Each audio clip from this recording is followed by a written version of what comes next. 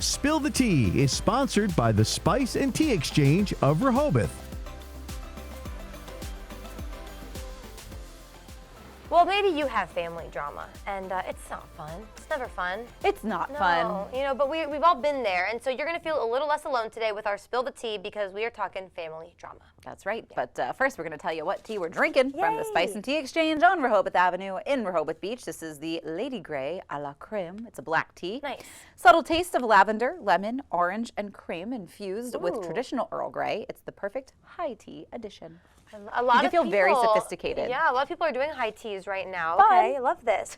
So Leah's going to pour that tea. Yeah. And I'm going to tell you guys what's going on. So the drama is actually written in by a 17-year-old boy. Ooh. And he's a little upset because growing up, his great-grandma would always hand knit blankets for her great-grandkids and grandkids. Yeah, very sweet.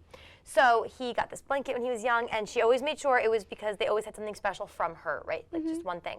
So he said his is kind of special because it was when his great-grandma first started learning to knit. So it's a little chunky. It has some mistakes here and there, but he loves it. So now his parents, his great-grandma unfortunately passed away years ago.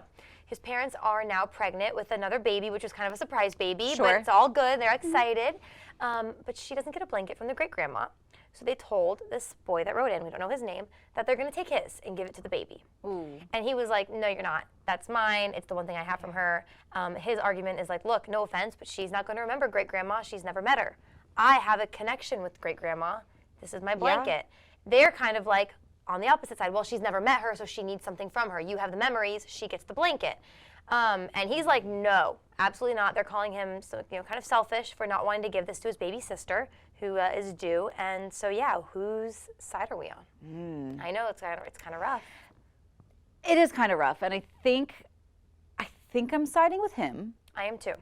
And I think it's because almost sort of kind of for the same reason that the parents want to give the blanket to the baby. I think he, not that has more claim to the blanket, but I do kind of think he does. And as somebody who didn't grow up, I mean, we didn't spend every waking moment with our grandparents. And two of my grandparents passed before I was even out of elementary school or like when I was like middle school age. And so I don't really know them, and I don't have a physical connection to them, and it's okay. Yeah. I have my mom's amazing stories about her mom, and I love that. I can see what she's told me about her mom in her. I can see it in me and my sister. Love so that. I think some of that comes as you get older. Yeah.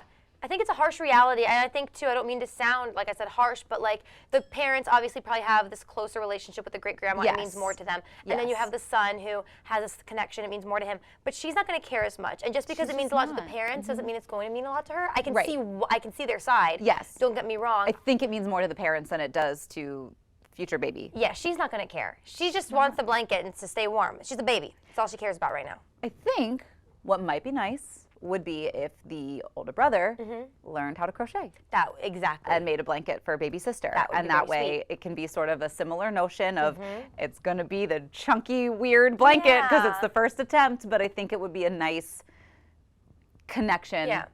Peace offering, I guess, between him and mom and dad, and that way his sister will have, something special because they've got a big age difference too. So they do. They're also going to grow up in two very different ways, and there might be some times where the younger sister doesn't feel as connected to her older brother. Yep. But having that blanket, that symbol, I think that might be a special way to keep that alive. That's a great idea. Yeah. I think what should have happened is the parents really should have asked first, not just told.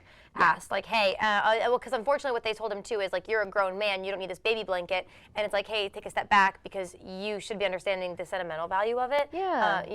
I know people. My own fiance is 30, and was very close with his grandpa, and that stuff is sentimental. It's to him, So it's not for us to say how someone feels. And if it really means that much to the parents, they can crochet a blanket. Yeah, great. I think they would like that too. Yeah. So let's try this tea. All right, perfect. I'm excited for this one. Have we tried this one before?